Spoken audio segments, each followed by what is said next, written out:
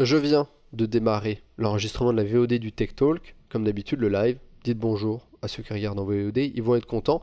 Et moi, pendant ce temps-là, je vais vous parler un petit peu du programme de ce Tech Talk de cette semaine, de ce 24 février 2019. On va commencer par parler d'AMD.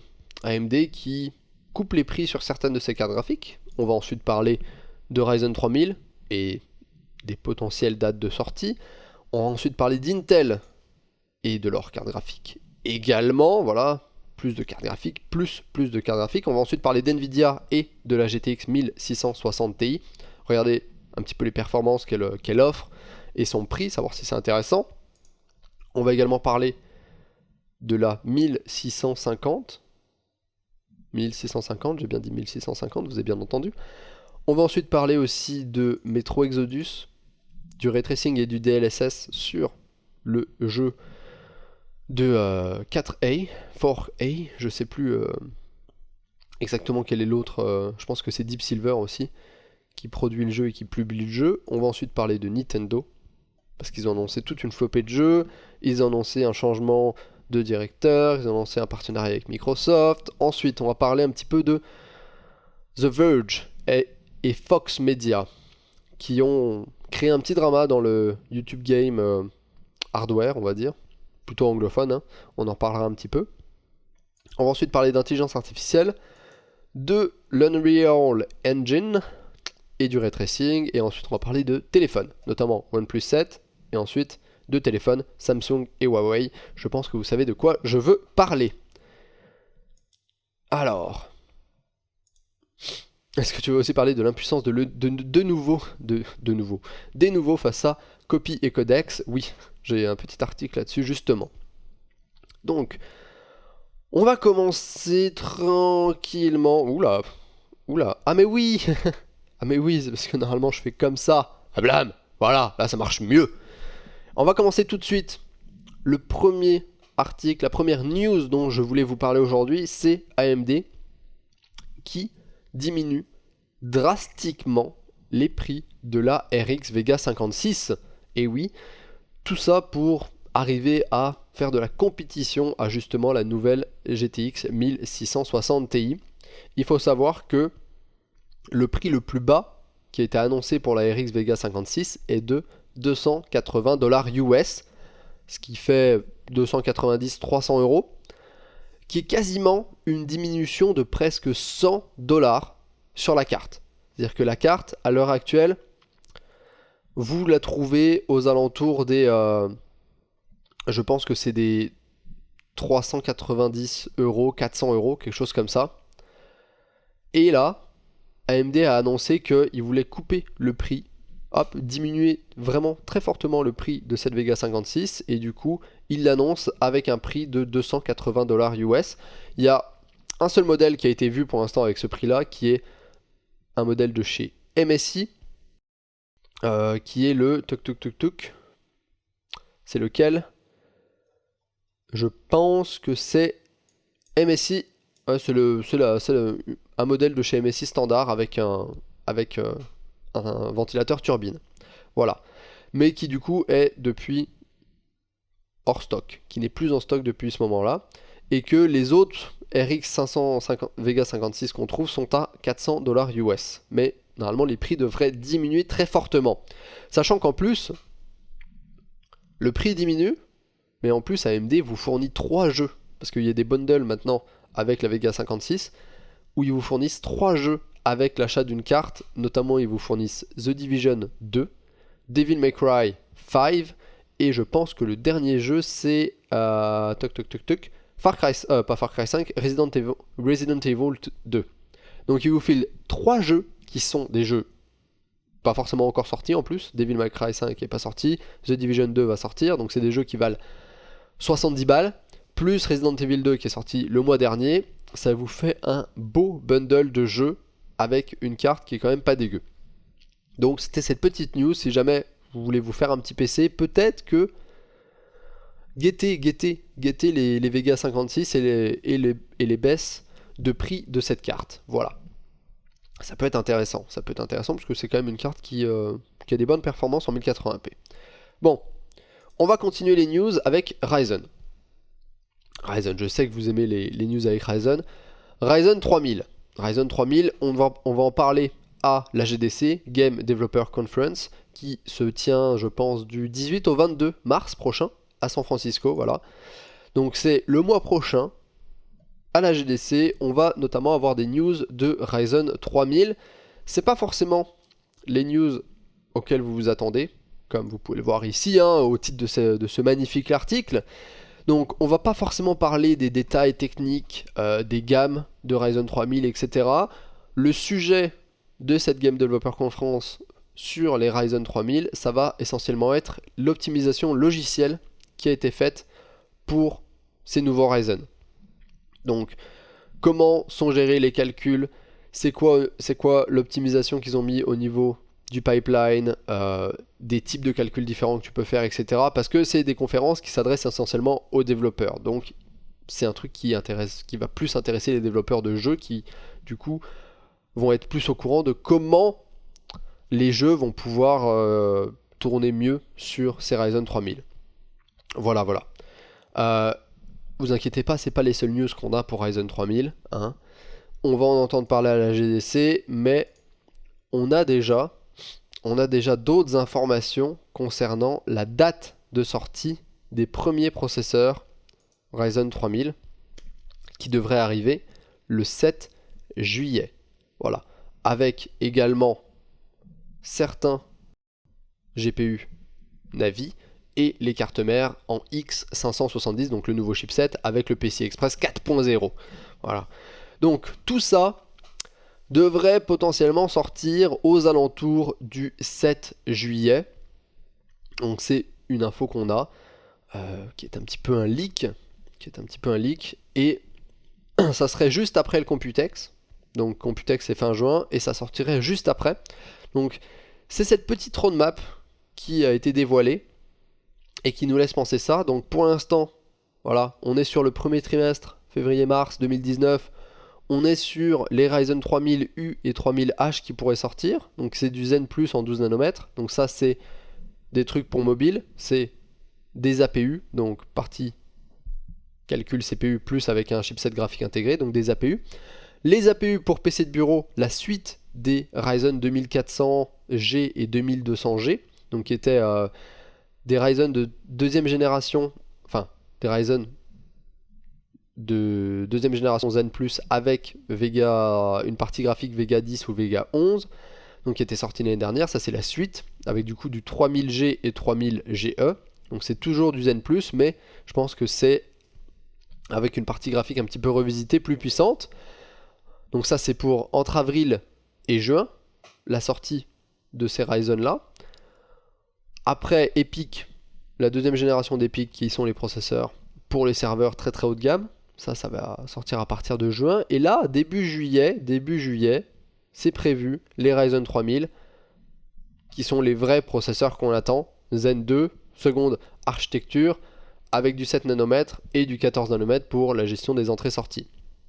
Donc ça serait pour début juillet, en tout cas c'est ce qui est prévu à l'heure actuelle, la sortie des premiers Ryzen 3000, donc sûrement le 3600, donc Ryzen 5 3600, 3600X, potentiellement un Ryzen 7 aussi 3700, etc. Début juillet. Donc dans la première semaine de juillet, c'est la date qu'on a à l'heure actuelle pour ces processeurs-là. Et également, c'est à ce moment-là qu'il va sortir les nouveaux chipsets X570. Donc vous allez avoir toute une flopée de nouvelles cartes mères avec les nouveaux chipsets pour ces Ryzen 3000. Vous allez également voir certainement peut-être une première itération des cartes graphiques Navi, donc qui seront aussi gravées en 7 nanomètres. Voilà. Après Navi, il se peut qu'il y ait un petit peu de retard. Il y a certaines news qui disaient oui, Navi va être un petit peu plus en retard, donc ça sera peut-être après juillet. Mais on peut toujours espérer qu'il nous montre une première itération d'une carte graphique Navi en 7 nanomètres en juillet. Moi j'espère quand même. Voilà. Donc c'est à peu près les informations qu'on a sur Ryzen. Voilà. Pas de grosses autres informations là-dessus. Avoir une date, c'est déjà pas mal. C'est déjà une bonne partie des infos. On ne sait pas encore exactement quelle va être la gamme, combien il va y avoir de cœurs sur tel Ryzen, tel Ryzen, tel Ryzen, s'il va y avoir des Ryzen 9, etc. Bref, si ça va monter jusqu'à 16 cœurs, on le suppose, on l'espère, mais on n'est pas sûr à 100%. Voilà. On n'est pas également sûr des prix. On spécule que les prix pour les modèles avec 8 cœurs vont coûter entre 200 et 300 $, que les Ryzen avec 12 cœurs coûteront certainement 400 $, et si jamais il y a un modèle avec 16 cœurs, il coûtera peut-être 500 $. Voilà, donc on vient essayer de tacler Intel sur son propre marché en mettant plus de cœurs pour toujours moins cher, mais en ayant aussi des très très bonnes performances. Bref, on va continuer. On va continuer avec quoi? Alors, on va continuer avec... j'ai une autre news là-dessus. C'est la même. Mais en gros, c'était parce que le 7 juillet, la date serait le 7 juillet, pour cette génération en 7 nanomètres. On ne sait pas s'ils l'ont fait exprès ou pas, mais 7 juillet, ça fait 07-07-2019. Donc, est-ce que c'est en rapport avec le 7 nanomètres? On ne sait pas. Voilà. Apparemment, les 12 cœurs sont confirmés. Donc il y aura bien des Ryzen 3000 avec 12 cœurs, mais les versions 16 cœurs ne pourraient ne pas sortir directement et serviraient de réponse face à la concurrence quand Intel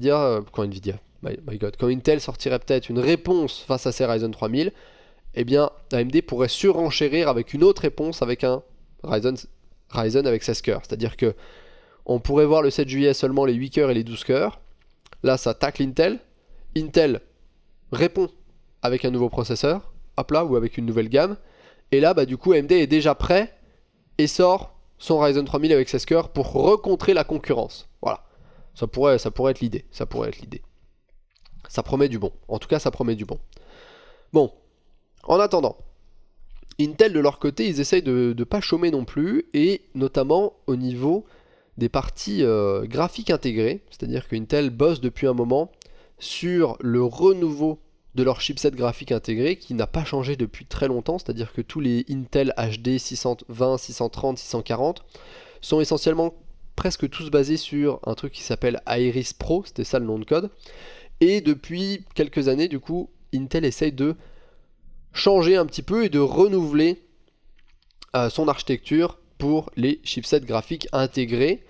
Donc là on est sur la Gen 11 qui va s'appeler Iris Plus 940 et qui du coup devrait pas mal améliorer les performances des chipsets graphiques intégrés dans les processeurs Intel, notamment parce que ils utilisent des nouvelles méthodes de calcul et des nouvelles méthodes aussi au niveau de l'architecture. Ils utilisent, je pense, ce qu'ils ont présenté en fin d'année dernière, c'est-à-dire du stack 3D, c'est-à-dire que leurs trucs sont en 3D, c'est-à-dire qu'ils gravent en 3D, et ce qui fait qu'ils sur une même surface, ils peuvent mettre plus de trucs parce que ils peuvent ajouter des trucs dans la troisième dimension en hauteur, ce qui fait qu'ils peuvent ajouter plus de puissance sur la même taille de chipset.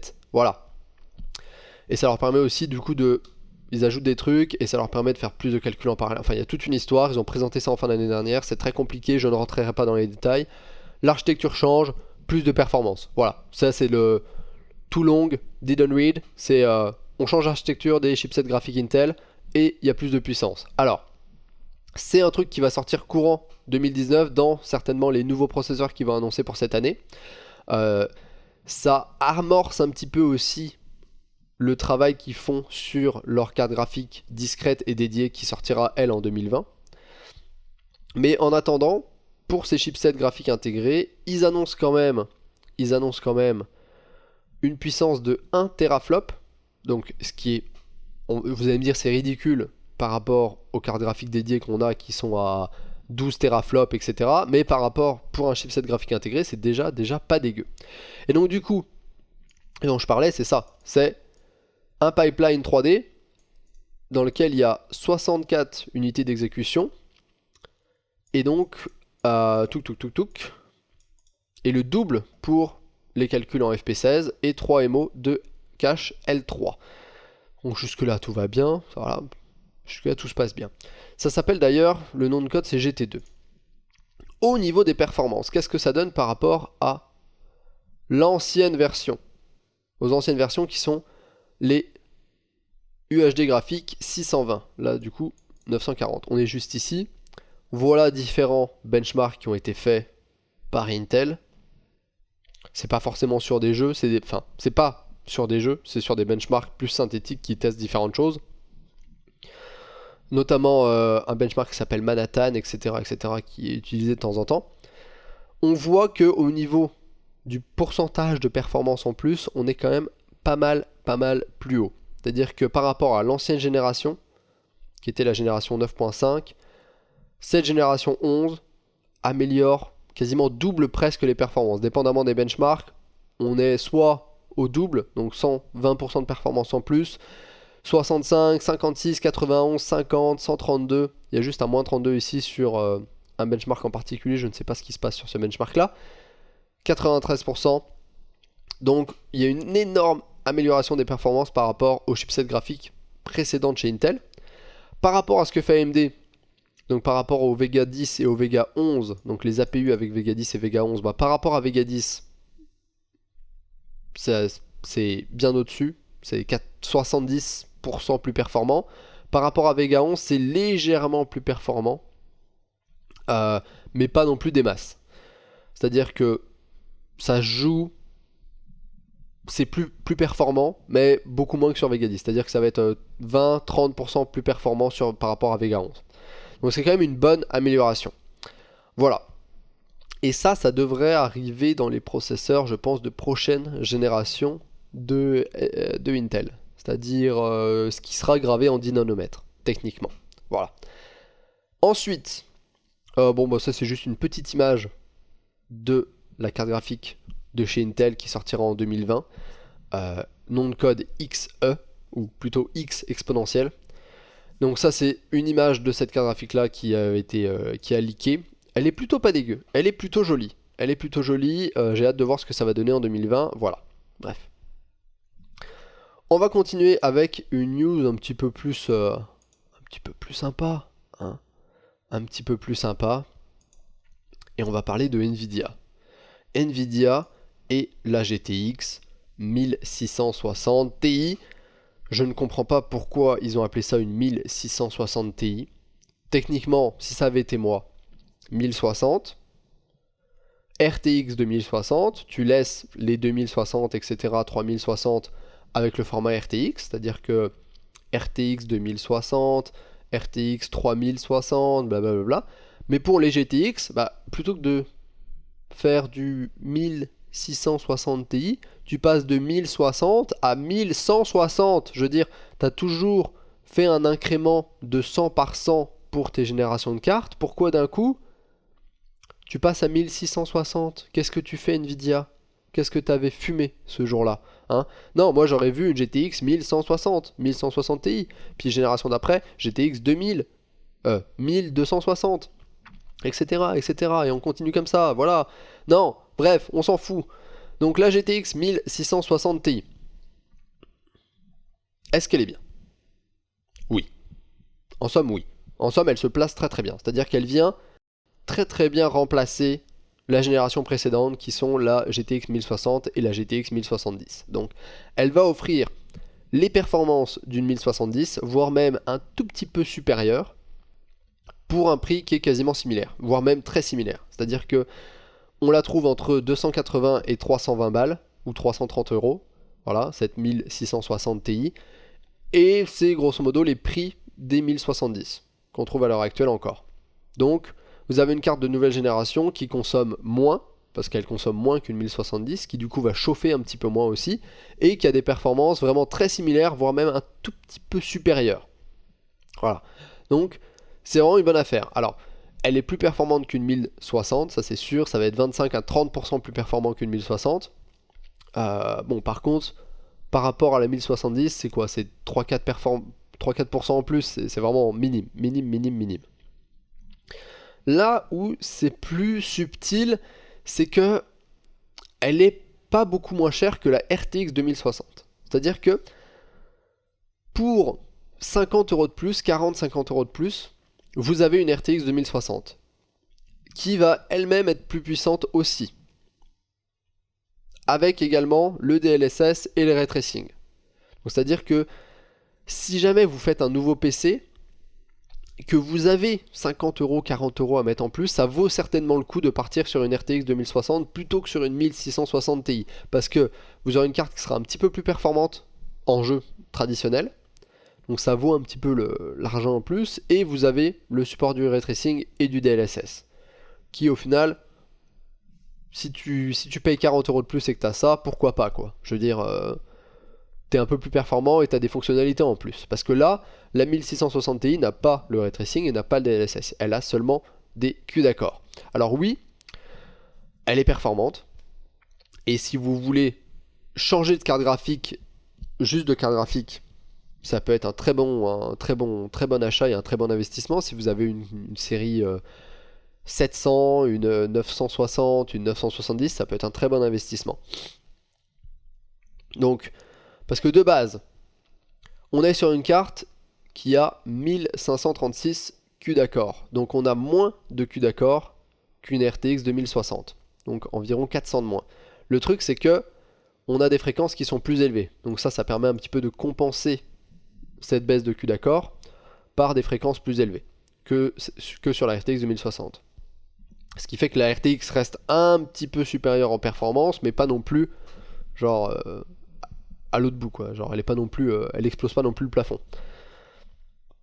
L'avantage également c'est que aussi la GTX 1660 Ti par rapport à la GTX 1060 vient avec les fonctionnalités de Turing, c'est-à-dire toutes les optimisations logicielles qui viennent avec l'architecture Turing sont sur la 1660 Ti. C'est-à-dire que les nouveaux codecs NVEncoder pour ceux qui veulent streamer, etc., ben, c'est supporté, voilà. Donc il y a une image un peu plus nette qui peut faire égal avec du X264 Medium, du VFR, donc Variable Frame, c'est quoi? Je pense que c'est le shading variable. Donc en gros comme quoi la qualité des shaders dépend de où tu regardes sur une image sur ton PC. C'est-à-dire que tu fais pas le rendu d'autant de shaders en fonction des zones de ton écran et du jeu que tu regardes. Ce qui fait que ça permet d'améliorer les performances parce que bah, du coup ton taux de rendu des shaders est variable et plus fixe. Bref, plein de trucs comme ça qui viennent avec l'architecture Turing qui sont du coup dans cette 1660 Ti qui fait que bah, elle grappille des performances à la 1070. Le TDP de 120 watts qui est quand même assez faible, qui permet d'être plus efficace et de consommer moins qu'une 1070. Donc au final c'est une carte qui est plutôt intéressante. Je dirais que c'est une bonne carte que je pourrais recommander et qui vient du coup se positionner très bien face au Vega 56, au Vega 64, au RX 590, etc., etc. Et Nvidia vient juste parfaitement positionner sa carte en termes de performance et de prix par rapport à la concurrence. Ah, c'est un coup de maître, Bref, en attendant, il y a également une autre carte de chez Nvidia qui est prévue, qui est la GTX 1650. Voilà, 1650, qui elle est également basée sur de l'architecture Turing, n'aura que 4 Go de VRAM et une fréquence de base de 1485 MHz, donc une fréquence qui est plus basse encore que la GTX 1660 Ti avec 2 Go de VRAM en moins, parce que toutes les 1660 Ti que vous allez trouver sont standardisées. Elles ont toutes 6 Go de GDDR6. Ça c'est un autre truc qui est bien, il n'y a aucune variante à 3 Go de GDDR6, etc. Non. Toutes les 1660 Ti ont 6 Go de GDDR6 et au niveau de la fréquence, bah, ça après c'est laissé au constructeur. Et il n'y a pas de carte de référence sur la 1660 Ti, c'est que des cartes custom faites par Asus, Gigabyte, Zotac, MSI, etc. Nvidia ne fait aucune Founders Edition sur la 1660 Ti. Voilà. Bon, donc une autre carte un peu plus bas de gamme encore qui pourrait sortir le mois prochain, encore une fois basée sur Turing. En même temps, ils ont raison, je trouve, de du coup faire des cartes plus entrée de gamme qui n'ont pas le ray tracing, qui n'ont pas le DLSS, mais qui ont seulement les CUDA-Core pour les gens qui voudraient faire des configs un petit peu plus entrée de gamme et tout, moins cher, mais qui offrent quand même les bénéfices de la nouvelle architecture. Donc, au niveau des prix, Au niveau des prix, je ne sais pas encore, je pense qu'ils ne sont pas dévoilés. Il y a également la GTX 1660 qui devrait arriver aux alentours des 240$ US, donc 230, 240 euros quoi, 240, 250 euros, qui devra arriver plus tard ou début mars, plus tard en fin février, mais je pense que ça sera plutôt début mi-mars, quelque chose comme ça. Mais du coup, cette 1650, ça serait la Comment on dit? On va dire qu'elle prendrait la suite de la GTX 1050. Voilà. Donc ça serait une carte qui serait encore plus entrée de gamme, qui aurait certainement un prix autour des 160 euros, 200 euros, quelque chose comme ça, et qui viendrait remplacer la 1050. Donc, pas beaucoup de détails, on ne sait pas si ça va être 4 Go de RAM en GDDR5 ou GDDR6, je pense que ça va être de la GDDR6 parce que toutes les cartes Turing se basent sur de la GDDR6, donc à mon avis la 1650 aura également de la GDDR6. Au niveau de la puissance, étant donné que la 1660 Ti va être autour des 120 watts, je pense que la 1660 va être autour des 100 ou 95 watts et que la 1650 pourrait être autour des 75 watts. 75 watts, c'est la puissance délivrée par le port PCI Express. Ce qui veut dire que on pourrait avoir une carte qui n'a pas besoin de connecteurs d'alimentation externes qui viennent de votre alimentation et elle pourrait seulement être alimentée par directement le port PCI Express quand vous la branchez. Ça serait plutôt pas mal. Donc on va reprendre ce que j'étais en train de dire, c'est que souvent vous achetez des PC qui sont des PC prémontés, HP, Dell, etc. Les alimentations sont des alimentations bas de gamme qui font 250-300 watts parce que c'est pas des PC pour le gaming et vous vous dites ah bah j'aimerais bien augmenter ma puissance pour pouvoir jouer, etc. Et donc du coup vous dites acheter une carte graphique et tout, sauf que là tu te rends compte que bah, si tu veux acheter une carte graphique, t'as besoin des connecteurs d'alimentation, t'as besoin d'une alimentation qui fait plus que 300 watts, etc., etc. Et avoir une carte qui fasse 75 watts et qui puisse être alimentée directement par le connecteur PCI Express de la carte mère, ça peut être une excellente idée. Donc, en attendant, on n'a pas vraiment plus d'informations que ça. Voilà, c'est les seules infos qu'on a. Ça arriverait, à mon avis, ça va être fin mars, quelque chose comme ça. Donc, ils disent dans un mois. Donc, pas avant fin mars. Il va y avoir de toute façon la 1660 qui va sortir avant ça. Et au niveau du prix, j'aimerais bien avoir un prix aux alentours des 150 euros. Ça serait vraiment bien. 150-200 euros. La 1660 va coûter 250 euros, une 1650 coûterait 200 euros. 180-200, voilà. Bon, on va continuer avec des nouveaux. Des nouveaux, pour ceux qui ne savent pas ce qu'est des nouveaux, c'est un système de protection pour les jeux qui a donné pas mal de fil à retordre à beaucoup d'équipes de hackers et de craquage. Donc c'est une protection, c'est un DRM, etc. Qui est quand même très solide. Les premières fois où il a été implémenté, notamment avec des niveaux 2 et des niveaux 3, il y a certains jeux qui ont mis des mois avant d'être craqués. Donc je pense qu'il y a certains jeux, vous en avez peut-être entendu parler, mais notamment je pense que c'était les premiers jeux avec des niveaux version 2 qui ont mis 6 à 7 mois avant d'être craqués parce que c'était vraiment très compliqué pour les équipes de hackers. Et bien là, on en est à la version 5.6 qui a été officialisé avec la sortie de Metro Exodus et également Crackdown 3 et aussi je pense Far Cry New Dawn qui vient de sortir. Eh bien elle est tombée très vite hein. Celle-là elle a pas fait long feu, elle a vraiment pas fait long feu puisque je pense qu'en moins d'une semaine tous ces jeux ont déjà été craqués. Voilà, par CPY que j'appelle Copy et je pense que l'autre team, je sais plus également quel autre team travailler là-dessus, mais il y a également une autre team qui travaille là-dessus. Mais donc du coup, toute cette nouvelle version des nouveaux a déjà été craquée et vous pouvez déjà trouver Metro Exodus en version craquée, Far Cry New Dawn en version craquée et même le prochain Crackdown 3 quand il va sortir sera directement craqué parce que la protection est déjà finie. C'est Codex l'autre. Merci. Pourtant Codex je les connais très bien dans le sens où ça fait super longtemps qu'ils existent et je sais pas comment j'ai oublié ça. Mais donc du coup Codex et CPY ont réussi à craquer les protections en genre moins d'une semaine. Et c'est un petit peu une blague. Mais cette image résume très bien la protection des nouveaux à l'heure actuelle. Hein. Une petite porte ici, tu contournes et c'est bon, tout va bien. Tac. Voilà. Perso, j'ai Metro Exodus en version achetée. Et voilà, si vous le voulez, vous pouvez l'avoir dès maintenant en version craquée, ainsi que Far Cry New Primal. Ne vous inquiétez pas. je pense que personne va vous taper sur les doigts si vous allez les télécharger. En tout cas, c'est pas moi qui vais vous taper sur les doigts. Bon, on va continuer. On va continuer avec Metro Exodus, justement.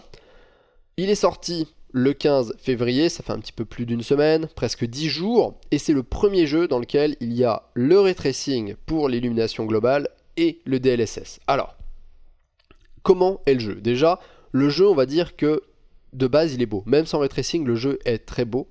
Il tourne plutôt bien, mais c'est quand même un jeu qui est très gourmand. C'est-à-dire que ça reste un métro. Les métros, on les connaît. Métro 2033, etc. C'est des jeux qui sont très lourds, sur la puissance graphique notamment. Et ça reste aussi le cas avec Metro Exodus. Mais de base, le jeu est beau.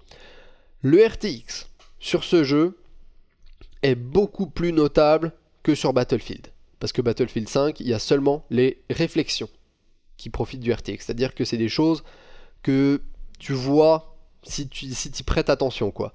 Mais quand tu joues à Battlefield, voilà, il y a certains trucs qui vont être un petit peu plus beaux, mais c'est pas le genre de truc qui va te sauter à l'œil tout de suite. Tu vas pas voir que le ray tracing est forcément activé dès que tu vas regarder un mec jouer à Battlefield. Tu vas voir le mec jouer, tu vas dire ah tiens, lui il a le RTX activé. Non, tu vas généralement pas le voir aussi fortement. C'est-à-dire que c'est très subtil sur Battlefield.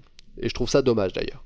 Sauf que le ray tracing pour l'illumination globale, ça a un impact beaucoup plus grand sur la scène en général, parce que ça va toucher tout ce qui est lumière, etc. Donc toutes les ombres, toutes les lumières vont un peu changer. Dépendamment des scènes, dépendamment de l'éclairage, il y a des scènes qui changent beaucoup. Si tu as le RTX activé ou le RTX désactivé, il y a des scènes qui changent quasiment pas. Parce que l'éclairage est déjà... Enfin bref, le rendu est déjà comme le ray tracing le ferait. Donc voilà. Après, bien évidemment, le ray tracing a également un impact non négligeable sur les performances. Donc, comme vous voyez, il y a des scènes où ça change pas grand chose. Il y a des scènes où ça change un peu, il y a des scènes où ça change pas grand chose. Par contre, d'un point de vue performance, ça a un bon impact. On le voit, ça a un bon impact. Bon, ça, c'est des benchmarks qui ont été faits en 4K. Sans ray tracing, ça tourne à 60, je pense, 55 fps sur une 2080 Ti avec un preset ultra. Ça, c'est des benchmarks qui ont été faits, je pense, avec l'outil de benchmark intégré. Ah non, ces nombres n'ont pas été pris avec l'outil de benchmark intégré. Ah, je suis déçu. Bref. Sans ray tracing, selon Tom's Hardware, on est à environ 55 fps en 4K en ultra. Avec le ray tracing activé en élevé, on descend à 42 fps. Donc il y a un drop de 12 fps, ce qui fait environ un drop de 15-20%. Si on active le DLSS, on passe à 56 fps. Donc on est à un taux d'image par seconde plus élevé avec le ray tracing activé et le DLSS que sans le ray tracing activé. Et si on désactive le ray tracing mais qu'on active le DLSS, chose qu'on peut faire, en 4K en tout cas, on est à 60 fps. Ça c'est les benchmarks de Tom's Hardware, parce que je vais vous montrer d'autres benchmarks un petit peu après. Donc c'est quand même un jeu qui est assez gourmand. Le DLSS sur Metro Exodus, c'est un bordel sans nom, dans le sens où, au niveau de l'activation, c'est le bordel. En 4K, tu peux l'activer sur les RTX 2070, 2080, 2080 Ti, que tu aies activé le ray tracing ou non, c'est-à-dire que même sans le ray tracing, tu peux activer le DLSS si tu joues en 4K sur toutes ces cartes-là. En 1440p, tu peux activer le DLSS seulement si le ray tracing est activé, avec les RTX 2060, 2070, 2080 et 2080 Ti. Et en 1080p, tu peux activer le DLSS, mais seulement si le ray tracing est activé, encore une fois, sur les RTX 2060 et 2070. Voilà. Par exemple, si tu joues en 1080p sur une 2080, tu peux pas activer le DLSS si tu as le ray tracing activé. Et tu peux pas l'activer du tout, le DLSS. Ça a à voir notamment, je pense, avec le fait que, par exemple, en 1080p, la 2080 est trop puissante et il n'y a pas assez de Tensor Core pour que si tu actives le DLSS, eh bien les Tensor Core qui prennent en charge le DLSS arrivent à suivre le nombre d'images par seconde que sort la 2080. C'est-à-dire qu'en gros, parce que si tu actives le DLSS, ta 2080 va encore produire plus d'images par seconde, donc il faut que les Tensor Core, eux, ils arrivent à calculer assez vite chaque image et chaque super sampling en 1080p pour maintenir la cadence que fait la 2080. C'est-à-dire que si la 2080 en 1080p te sort 130 ou 140 images par seconde, il faut que tes Tensor Core à côté de ça, si tu actives le DLSS, ils arrivent à upscale les 120 images que tu sors par seconde. Si tes Tensor Core n'arrivent pas à suivre le nombre d'images, du coup, vaut mieux désactiver le DLSS parce que sinon ça va foutre la merde quoi. Ça va être la merde. Et je pense que c'est pour ça que Nvidia restreint l'utilisation du DLSS à certaines résolutions sur certaines cartes. Voilà. C'est un bon petit merdier quand même parce que bon, c'est un petit peu compliqué. Mais c'est pour ça que en 4K, tu peux activer le DLSS même si le ray tracing est désactivé. Parce que en 4K, tu vas tourner avec une 2080 Ti, tu vas tourner à 40 fps ou à 50 fps. Donc, si tu actives le DLSS, le nombre de Tensor Core que tu as vont arriver à sortir et à upscale tes 50 images que tu sors par seconde. Sans problème. C'est pour ça qu'en 4K, même sans ray tracing, tu peux activer le DLSS. Sauf que c'est pas le cas en 1440p et en 1080p parce que du coup, tu vas produire plus d'images par seconde et si tes Tensor Core n'arrivent pas à prendre toutes ces images et à les upscale à temps, eh bien ça foire, ça fout la merde. Bref. Donc voilà. Donc c'est chiant, mais c'est compréhensible. Dans le sens où, si il te permettait d'activer le DLSS en 1080p avec une RTX 2080-2080 Ti, ton expérience de jeu serait absolument pas fluide et dégueulasse, je pense. Parce que du coup, il va rendre des images dans une résolution inférieure, et il y aura une image sur deux qui sera upscale en 1080p, et l'autre qui sera pas du tout upscale, du coup qui sera dégueulasse. Donc ça fera genre image dégueulasse, pas dégueulasse, pas dégueulasse, pas dégueulasse. Et ça genre 60 fois par seconde. Donc t'auras comme un changement visuel hyper rapide sur ton jeu, et à mon avis non, c'est pas un truc que tu veux. Bref, continuons avec ce petit Metro Exodus. Donc, vous avez vu un petit peu les performances que donnait Tom's Hardware. Je trouvais qu'elles étaient un petit peu selon WCCF Tech, qui a des nombres qui ressemblent plus à ce qu'a fait Gamer Nexus. Gamer Nexus a également fait une vidéo sur les performances sur Metro Exodus avec le ray tracing et avec le DLSS. Et je trouve que les chiffres qu'il a sortis sont plus proches des chiffres que j'ai ici. C'est pour ça que je veux m'attarder un peu plus sur ces nombres ici.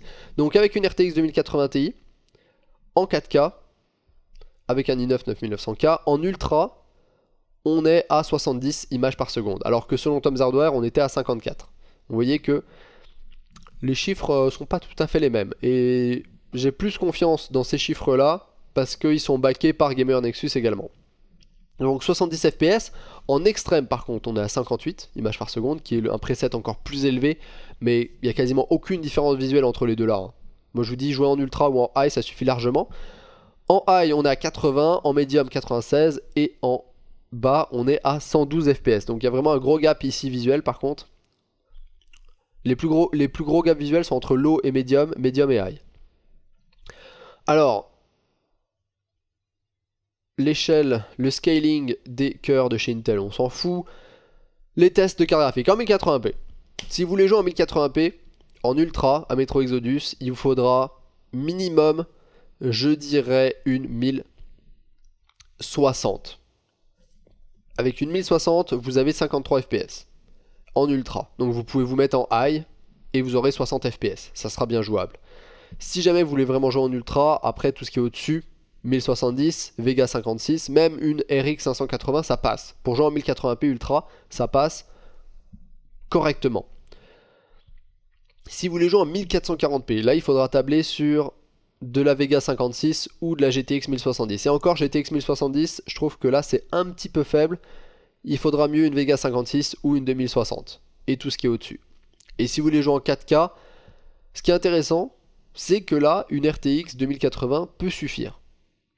ça peut suffire. Voilà. Notamment là, il n'y a pas... C'est en ultra sans GameWorks, parce qu'il y a également AirWorks aussi sur le jeu. Vous pouvez désactiver AirWorks, ça vous fait gagner quelques FPS. Vous passez en high, vous êtes à 60 FPS avec une RTX 2080 en ultra. Donc, un jeu qui est gourmand, mais qui reste, je veux dire, en 4K, pouvoir jouer à 60 FPS avec une RTX 2080, c'est bien. T'as 70-75 FPS avec une RTX 2080 Ti en 4K, plutôt excellent. Si on inclut le ray tracing... Oh, la différence est quand même un peu notable. Hein. Les éclairages sont pas pareils. Ça change. Les ombres sont pas pareilles. Les ombres sont plus sombres, etc. Bref.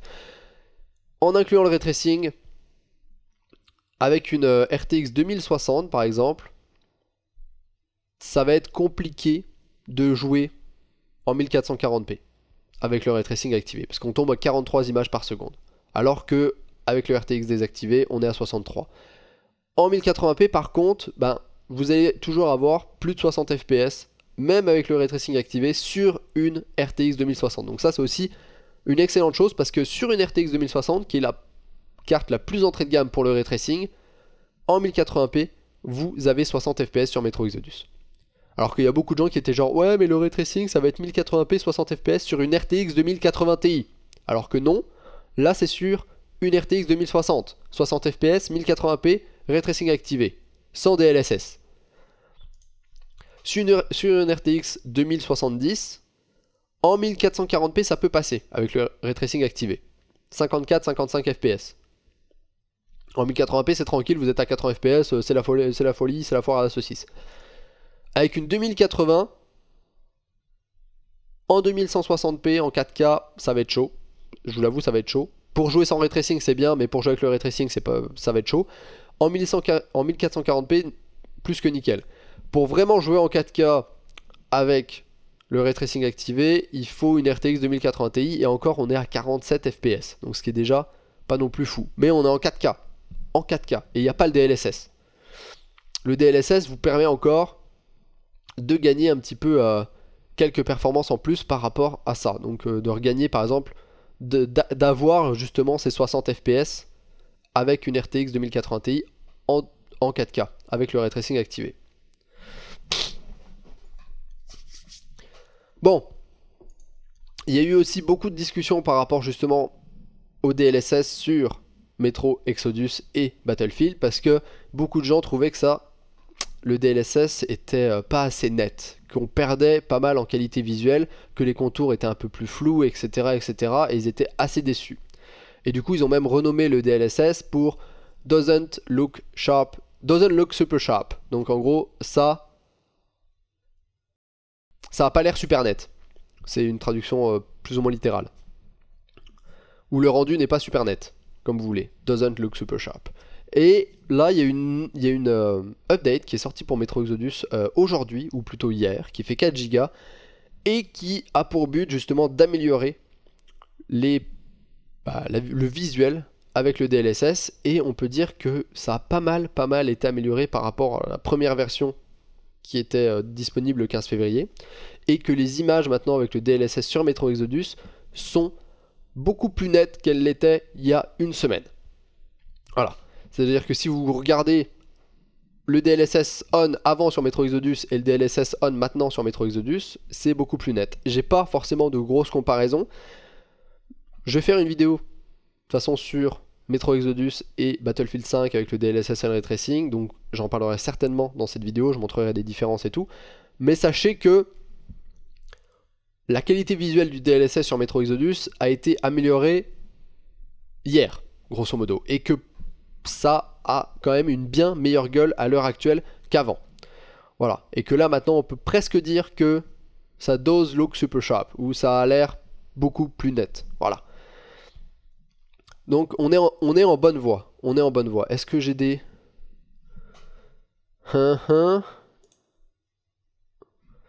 Bref, ça vous dira pas grand chose comme ça. Ça vous dira pas grand chose. Mais il y a une petite vidéo que vous pouvez aller voir, qui a été faite par WCCF. Bref. On va continuer avec une news sur Nintendo. Nintendo, il y a eu une conférence Nintendo Direct, je pense que c'était la semaine dernière. Ils ont annoncé pléthore de jeux. Super Mario Maker 2, Donc pourquoi pas. Le gros jeu qu'ils ont annoncé bien évidemment, c'est la sortie d'un nouveau Zelda.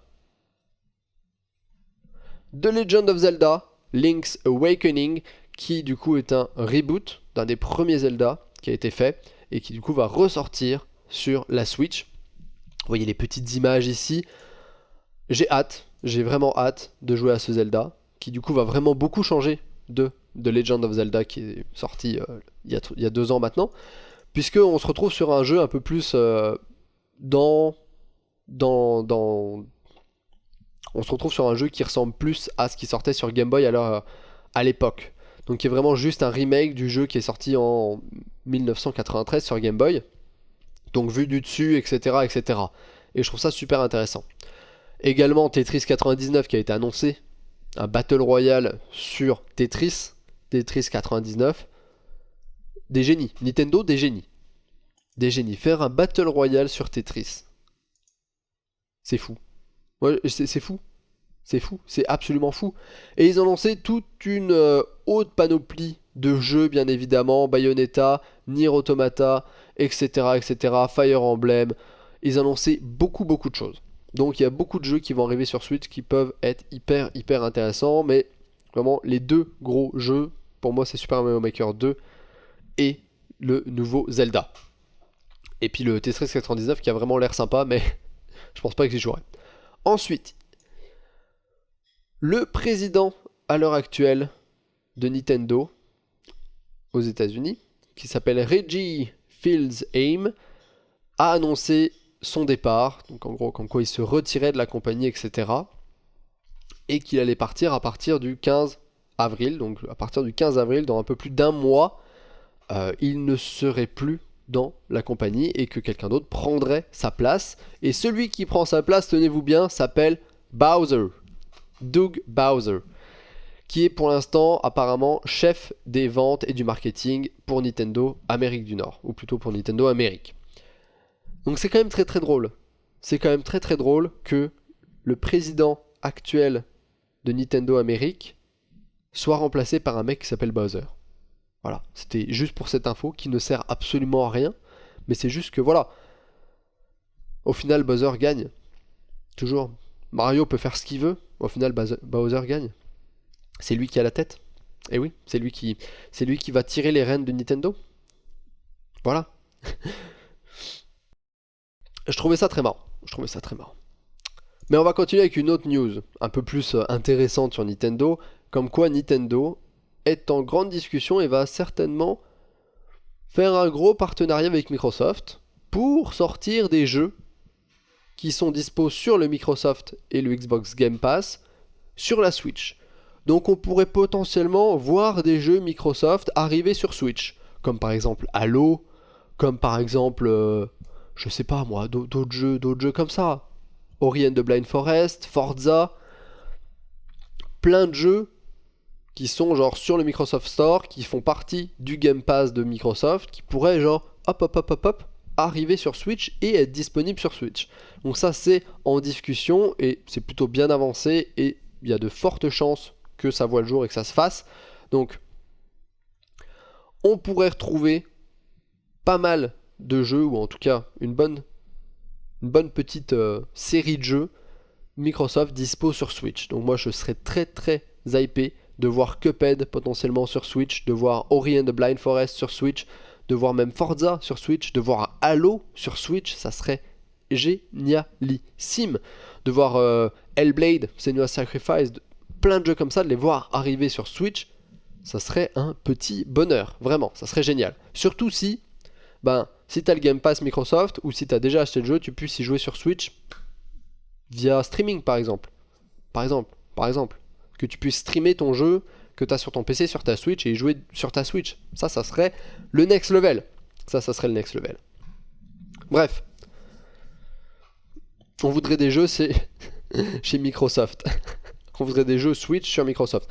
Ça serait bien aussi, mais je pense pas que ça arrivera. Je pense pas que tu pourras jouer via un truc via le Xbox Game Pass, je pense pas que tu pourras jouer à The Legend of Zelda nativement sur ton PC sans émulateur. Non, je pense pas que ça sera comme ça.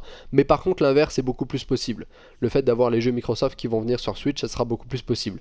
Ça serait très drôle d'avoir Halo sur Switch. Je trouverais ça vraiment génial aussi d'avoir Halo sur Switch.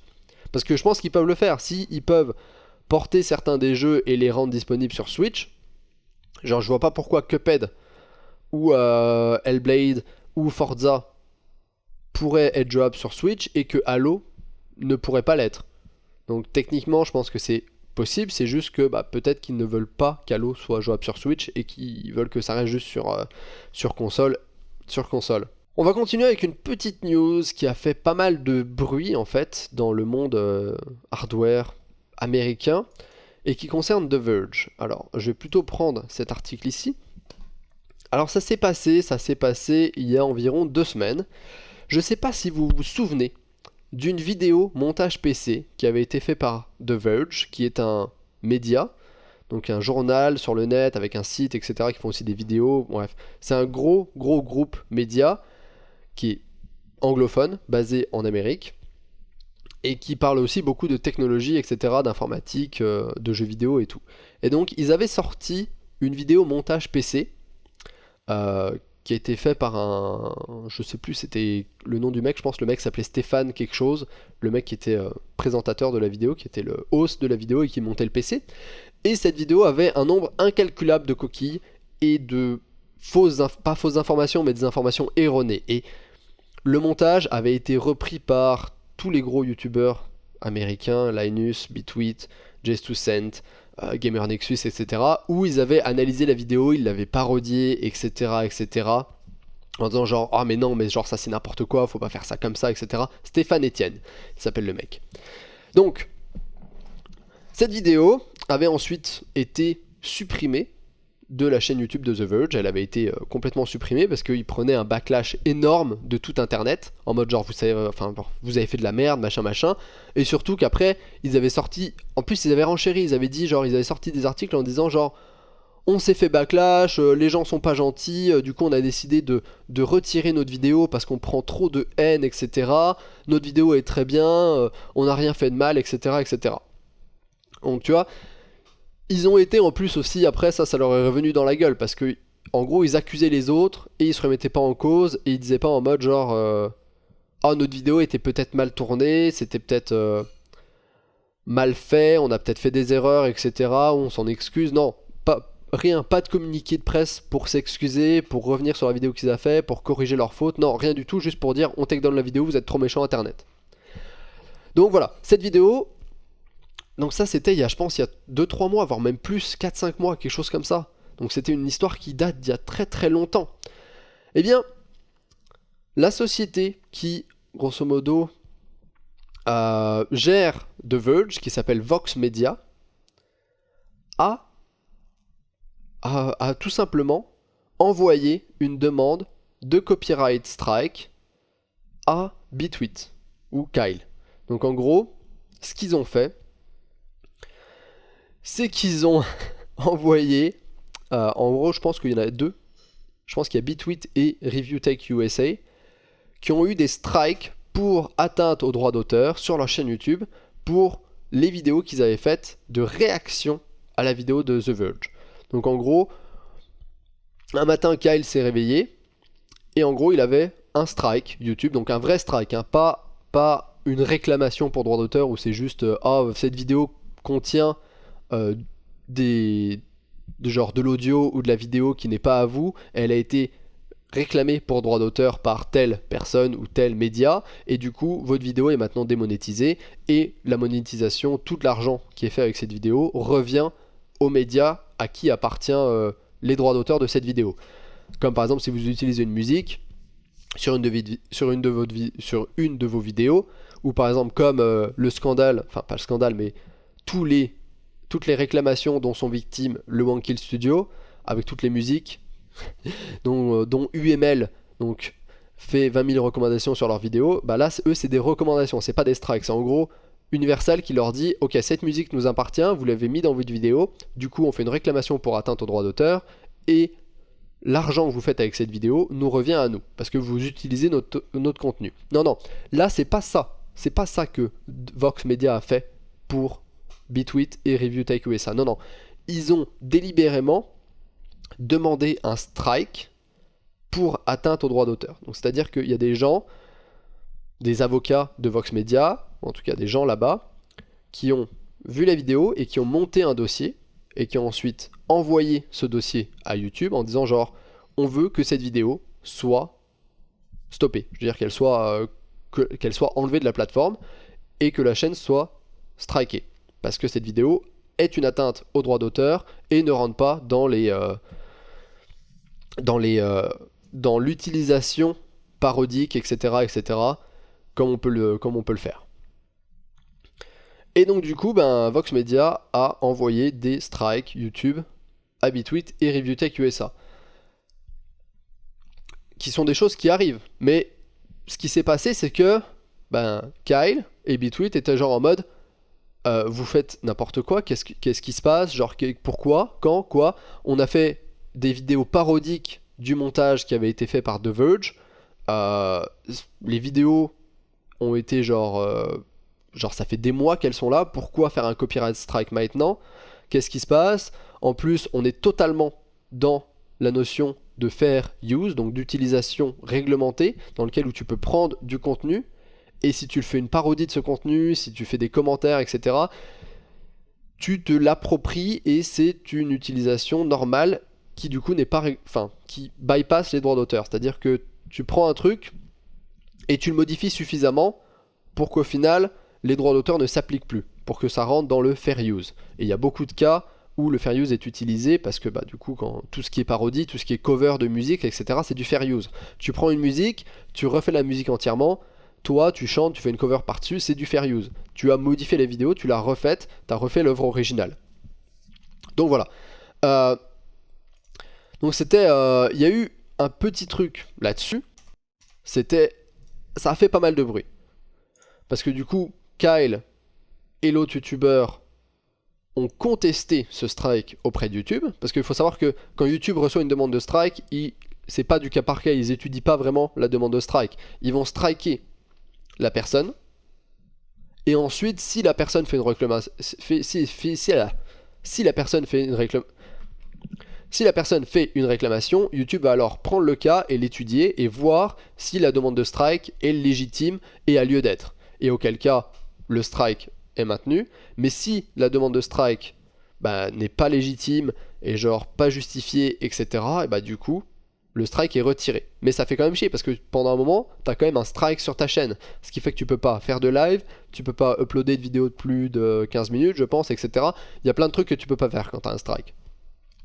Donc ce qui s'est passé, c'est que les deux youtubeurs ont fait des réclamations, ils ont pris des avocats également, etc. Et YouTube a jugé que effectivement les demandes de strike n'avaient pas lieu d'être et que les vidéos rentraient dans le cadre du fair use et du coup a retiré les demandes de strike. Ce qui se passe en plus, c'est qu'après, du coup, The Verge et Vox Media ont pris un backlash terrible pour avoir fait ça. Mais en plus, après, ils ont fait un communiqué de presse. Donc le CEO de The Verge a fait un communiqué de presse en disant genre « Oh, j'étais pas au courant, ça aurait pu être évité si les personnes concernées m'avaient contacté avant. » Alors que, je veux dire, comment veux-tu que Kyle et que l'autre youtubeur contactent The Verge avant alors que c'est The Verge qui envoie une demande de strike à YouTube pour ces deux vidéos-là? Comment tu veux faire croire que t'es pas au courant alors que t'es le CEO de cette boîte-là, que t'as forcément des avocats qui ont regardé le cas, qui ont discuté avec toi, qui t'ont mis au courant qu'ils allaient faire un strike, etc. pour atteinte au droit d'auteur et que t'as forcément dû dire oui? Genre le mec c'était bullshit total. En plus il disait j'ai regardé la vidéo et elle est pas du tout dans le fair use et en plus YouTube est d'accord avec nous, ça ne correspond pas à l'utilisation réglementaire du fair use, c'est pour ça que le strike a été mis en place, sauf que YouTube n'a rien à voir là-dedans parce que la demande de strike elle est juste envoyée à YouTube et ensuite YouTube dit ok on strike, ils regardent pas du tout la vidéo, ils savent pas ce qui est dedans, etc. Donc dire que YouTube est d'accord avec le strike et que la vidéo ne rentre pas dans l'utilisation du fair use, c'était encore de la bullshit, parce que Une fois que Kyle a fait une réclamation, et que YouTube a pu analyser cette demande de strike et la vidéo concernée, etc., YouTube a déclaré que le strike n'avait pas lieu d'être, donc YouTube n'était pas du tout d'accord avec Fox Media et The Verge dans un premier lieu, et donc voir que le CEO de The Verge dit ça et l'affirme, c'était encore plus de bullshit, sachant que c'était un article qui a été écrit par The Verge, un communiqué de presse public. Donc là, ils se sont pris mais un backlash mais terrible, et tout, encore une fois, tout le YouTube Game hardware, Linus, Jace2Zen, Bitwit, Science Studio, tous, ils ont tous mais chié sur la gueule de The Verge. À cause de ça, ils ont tous refait des vidéos en disant genre, mais qu'est-ce que vous faites? Vous êtes des grosses merdes sans nom, vous savez vraiment pas, genre, ce que vous faites de votre vie, vous faites des strikes, etc., etc. Donc, ça a été n'importe quoi. The Verge et Fox Media, s'il vous plaît, tenez-vous-en loin. Tenez-vous-en loin. On va continuer avec une news sur l'Unreal Engine, le 4.22, qui est le premier moteur à intégrer du coup le rendu en temps réel pour le ray tracing. Donc en gros, Epic a commencé à implémenter le ray tracing en temps réel dans Unreal Engine pour que ce soit plus simple pour le développeur d'utiliser le ray tracing pour le développement de leur jeu, qu'ils aient beaucoup moins de choses à faire. Donc en gros, ils ont intégré tout ce qui est réflexion, illumination globale, ombre, soft shadow, tout plein de choses sont maintenant intégrées dans l'Unreal Engine pour que les devs puissent intégrer le ray tracing dans leur jeu de façon beaucoup plus fluide. Donc en gros, ils ont implémenté une couche de très bas level dans Unreal Engine DirectX 12 qui du coup donne un support pour DXR, donc pour DirectX Ray Tracing, et qui du coup permet aux développeurs de créer et d'utiliser les shaders pour le ray tracing. Donc grosso modo, ils ont également ajouté des features haut level pour le ray tracing, donc ça c'était une feature bas level. Ils ont également implémenté des features haut level, donc pour les ombres douces, les zones de lumière, les réflexions, les ombres réfléchies, l'occlusion ambiante, le real-time global illumination, la transparence, le clear code, je sais pas ce que c'est, le ciel, les géométries, les textures, les denoisers, etc.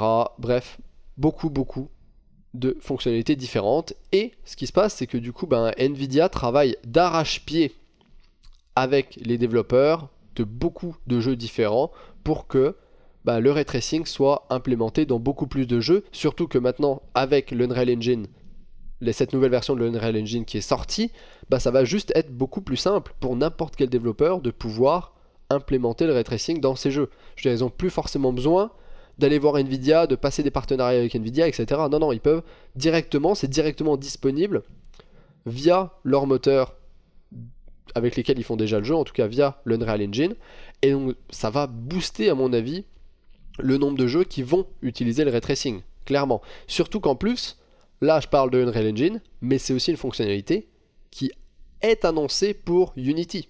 Donc Unity va également avoir le même genre de fonctionnalité pour DXR et le ray tracing. Donc attendez-vous quand même à ce que 2019-2020, surtout je pense 2020, qu'on voit beaucoup de jeux avec le ray tracing potentiellement. Bon, on va parler de téléphone. Téléphone, première image qui a leaké pour le OnePlus 7. Alors aucune spécification, rien du tout, c'est juste une première image qui a leaké pour le design du OnePlus 7, et c'est l'image qu'on voit ici. Donc un téléphone qui... c'est l'image qu'on voit ici, ça c'est le OnePlus 6, my bad. Le OnePlus 7 ici qui, du coup, un téléphone avec quasiment aucune encoche. Zéro encoche, donc forcément lecteur d'empreintes digitales sous l'écran, comme sur le OnePlus 6T. On avait l'encoche sur le OnePlus 6T pour l'appareil photo ici, je ne sais pas où ils ont mis l'appareil photo frontal, j'en ai aucune idée, mais du coup il se peut que en 2019, fin 2019, on commence à voir des téléphones où du coup il n'y a plus d'encoche. Donc on en avait déjà vu auparavant en 2018, etc. Il y avait certains téléphones où il n'y avait pas d'encoche qui utilisaient d'autres choses, donc un écran à l'arrière pour prendre des selfies qui du coup tu utilisais ta caméra arrière pour prendre un selfie, ou alors avec une petite caméra qui se montait, ou alors tout le téléphone qui slidait. Bref, plein de jolies innovations, mais un peu plus cher, un peu plus compliqué à mettre en place. Là, je ne sais pas ce qu'ils vont utiliser, je ne sais pas où est la caméra frontale, mais je pense que du coup, on va voir pas mal de téléphones qui vont arriver qui n'auront pas d'encoche pour la prochaine année. Ça peut être très très bien. Bon. Ensuite, on va parler de 2 téléphones. Samsung Fold. Je pense que vous en avez entendu parler. Le premier téléphone pliable de Samsung qui a été montré et annoncé en même temps que le Samsung Galaxy S10 et S10 Plus. J'ai pas envie de parler du S10 Plus forcément, parce que c'est juste un S10 un peu mieux, etc. Il est bien, oui, il y a quasiment pas d'encoche non plus, mais il y a un trou pour la caméra, etc. C'est aussi une façon assez sympa de ne pas avoir d'encoche. Le Samsung Galaxy S10 est un très bon téléphone qui vaut assez cher, qui est très intéressant, avec un beau design, etc. Mais ce qui m'intéresse vraiment aujourd'hui, c'est le Samsung Fold, le téléphone pliable de Samsung. Donc voilà, donc on a un écran qui fait quand même 7,3 pouces. Donc c'est un écran AMOLED qui est en QHD, donc une définition plus haute que du Full HD, mais moins haute que de la 4K, etc. Et ensuite, quand le téléphone se plie, on a du coup un plus petit écran qui lui fait 4,6 pouces en HD, aussi AMOLED. Et du coup au format 21/9. Donc un format ultra wide pour une fois que le téléphone est plié, mais un format plutôt 4 tiers, à peu près 4 tiers, quand le téléphone est ouvert. On a une caméra de 10 mégapixels pour les selfies. On a une caméra triple à l'arrière, 16 mégapixels, 12 mégapixels, 12 mégapixels, notamment une caméra avec un angle ultra wide, donc un angle de vue très large. Une caméra avec un angle de vue un peu moins large, plus pour les portraits je pense, et une caméra avec un zoom optique 2 fois, donc une caméra pour une téléphoto caméra. Également pour les selfies, quand le téléphone est déplié, on a aussi 2 caméras, bien évidemment 10 et 8 mégapixels, dont une qui sert essentiellement à prendre des informations de profondeur, donc qui est une caméra juste RGB simple, mais qui va, je pense, plus prendre des informations sur la profondeur de champ, etc. pour faire des beaux flous d'arrière-plan quand tu prends un selfie, etc. 12 Go de RAM, 512 Go de stockage avec pas de slot micro SD, une grosse batterie qui fait 4380 mAh avec une recharge rapide, etc. Recharge sans fil et Android 9.0, donc Android Pie dessus. Donc voilà, donc c'est un téléphone qui ressemble un peu comme à une mini tablette et ensuite que tu peux plier, et quand tu le plies, tu as un écran à l'avant. Alors, je suis un petit peu déçu de la taille de l'écran à l'avant, comme vous allez le voir. Le téléphone est vraiment sympa, quand il est déplié, il est vraiment sympa, le design à l'arrière est vraiment cool. Je suis juste déçu de la taille de l'écran quand le téléphone est plié, parce que l'écran est vraiment petit, il y a vraiment 2 barres noires en haut et en bas. Donc ce qui fait que je trouve ça un peu plus un peu dommage. Donc là, vous l'ouvrez, blablabla, et quand vous le pliez, voilà. Ça, c'est la taille de l'écran quand tu le plies. Donc ce qui est un petit peu dommage, je trouve. Et en plus, comme vous le voyez ici, je sais pas si vous le voyez ici, mais ici, il y a comme un petit trou, c'est-à-dire que il se plie pas, c'est pas deux bien parallèles. Ça, quand ça va être plié, ça va genre être comme ça. Il y a une partie qui est un peu plus surélevée. C'est pas comme ça, quoi. Ça va pas être comme ça. Ça va genre être comme ça. Du coup, je trouve ça un peu bizarre. Là, il y a comme un petit trou au niveau de l'endroit où ça plie. Et je trouve ça un petit peu bizarre. Bref, tout ça pour ce premier téléphone qui est grosso modo le premier vrai téléphone pliable qu'on pourra acheter, à condition, bien évidemment, d'avoir environ 1600, je pense, 1690 $. Je pense que c'est le prix du téléphone. Est-ce que quelqu'un dans le chat veut me confirmer? Je pense que le prix est autour de 1600 € pour le téléphone de Samsung, ce qui est absolument gigantesque. C'est 1900, excusez-moi, 1900 $. Excusez-moi, 1900 $. 1900 $. Tout va bien. Un téléphone à 1900 $. 2000 € quoi. Un téléphone à 2000 €. Ça va. 2000 €. Tout va bien. Un petit téléphone à 2000 € hein, pour un téléphone pliable.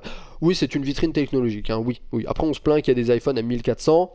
Bon, ouais, 2000 euros quoi. Juste 2000 euros. Hein, t'achètes un PC avec ça.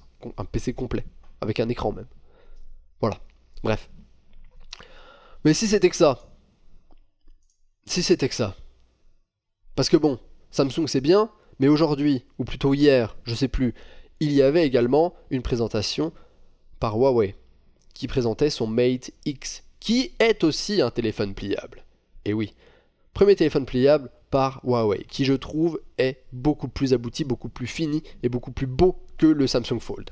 Comme vous pouvez le voir sur cette image, on a un écran qui je pense est plus grand, qui ensuite se plie dans un téléphone qui, oui, du coup, est peut-être un petit peu plus... ici, on a une petite barre derrière ici qui fait qu'on a une espèce de petite encoche derrière, mais c'est pas grave parce que quand tu le plies, du coup, ça fit parfaitement. Et on a un écran qui prend toute la surface. Toute la surface. Sauf que ce téléphone-là, il coûte 2300 euros. On est encore... Les prix ne s'arrêtent pas de monter. C'est fou. 2300 euros, putain. 2300 euros. Mon Dieu. Achetez un rein à la place. Hein. Donc, 8 Go de RAM, 512 Go de stockage interne également. On a plus de RAM sur le Samsung. Mais on a un téléphone qui est beau. Qui est quand même ultra beau. Il est magnifique. Avouez. Avouez qu'il est magnifique. Donc, on a de base une diagonale de 8 pouces sur cet écran avec une résolution de 2480 par 2200. Donc on est sur, pareil, presque du QHD, donc du Quad HD, mais pas tout à fait. On est en tout cas plus que sur du Full HD. C'est de l'AMOLED. C'est de l'AMOLED. Tous ces écrans sont de l'AMOLED. Ensuite, ce qui se passe, c'est que quand vous le repliez, vous avez soit un téléphone qui fait 6.6 pouces, qui est quand même pas dégueu, avec une bonne résolution de 2480 par 1148. Ou alors, vous pouvez choisir, si vous le retournez dans l'autre sens, vous avez une autre taille d'affichage avec un écran qui fait 6.38. C'est-à-dire que du coup, vous avez le choix. Soit vous le dépliez et vous avez un énorme écran, soit vous le repliez et vous avez deux petits écrans, dont un écran du coup qui fait 6.6 pouces ou un écran qui fait 6.38 avec du coup une petite barre sur le côté qui je pense peut servir à la navigation ou à d'autres choses, etc. Donc c'est absolument génial et il n'y a quasiment aucune encoche, c'est-à-dire que là toute la surface c'est un écran. Il n'y a pas d'encoche qui vient réduire l'espace d'affichage. C'est oufissime. Bon, par contre, évidemment, il n'y a pas de module photo en avant, donc il n'y a pas de caméra frontale. Voilà, il n'y a pas de caméra frontale. Par contre, il y a 4 caméras à l'arrière. Ici, là, vous avez 4 caméras. Il y a 4 capteurs photo ici. Et donc, du coup, quand vous voulez prendre un selfie, c'est-à-dire que soit tu es en mode tablette, et du coup, tu peux prendre des photos avec tes 4 caméras qui sont à l'arrière sur le petit truc, tu replies ton truc. Soit tu utilises ton téléphone en mode normal, genre ce truc ici, là, hop là, et là tu veux prendre un selfie, bah tu retournes ton téléphone, t'as toujours un écran qui est super grand et tu peux prendre tes selfies avec les caméras qui sont les caméras arrière. Voilà. C'est absolument ingénieux et moi j'adore.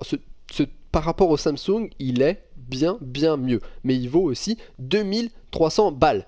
Donc c'est à dire que oui, ils mettent pas de caméra à l'avant, mais est-ce que c'est grave? Non, parce qu'au final, les 4 caméras arrière peuvent être utilisées comme caméra avant. T'as juste à retourner le téléphone et t'as toujours un écran. Et c'est toujours un téléphone qui est utilisable. Enfin bref, c'est absolument oufissime. C'est absolument oufissime. En plus, il est fin. Plus fin que le Samsung Fold. Plus fin qu'un iPad Pro quand il est déplié. Et une fois qu'il est plié aussi, il est plus fin que le Samsung Fold et il est aussi bien mieux plié, ça fit parfaitement, c'est un fit parfait, justement grâce à cette encoche, c'est un fit parfait, genre ça tombe génial. Bref, ça se recharge également à l'USB-C, je pense qu'il y a la recharge sans fil, etc. Il y a une recharge rapide qui est assez impressionnante puisque la recharge rapide permet d'avoir 80% du téléphone chargé en 30 minutes ou 85%.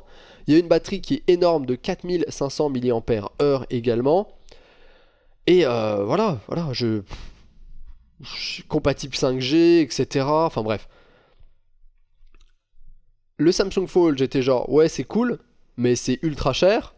Et du coup, j'étais genre, yeah. Celui-là, mais il explose le Samsung Fold, mais 20 fois. Genre, oui, il est 300 € plus cher, mais si j'avais 2300 balles à dépenser comme ça, j'achèterais ça avant d'acheter le Samsung Fold. J'achèterais 2 fois ça avant d'acheter le Samsung Fold, très clairement. Bref. Voilà. C'est tout pour ce Tech Talk. C'était quand même assez long. Hein. Je pense que ça fait 1h20 qu'on est en live. J'espère que ça vous aura plu. N'hésitez pas à liker si vous avez liké, disliker si vous avez disliké. Je vais changer de scène. Laissez vos questions, remarques en commentaire. Et puis comme d'hab, moi je vous dis à ciao, bonsoir.